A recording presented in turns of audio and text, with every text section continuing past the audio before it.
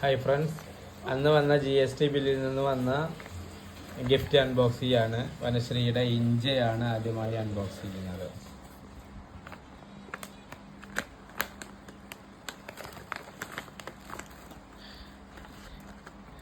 കുറേ വേരുകളാണുള്ളത് എന്ന് മനസ്സിലാവുന്നുണ്ട്.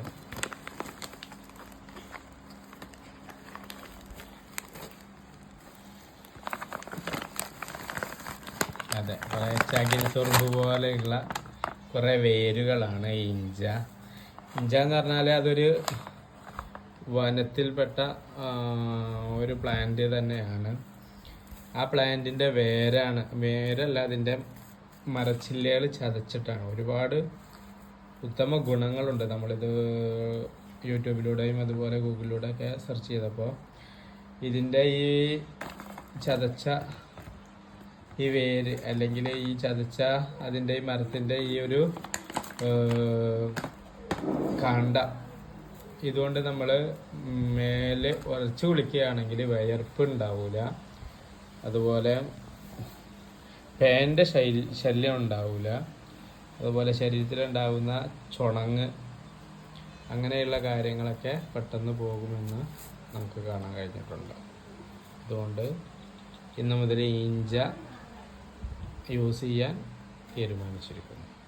ഓക്കെ.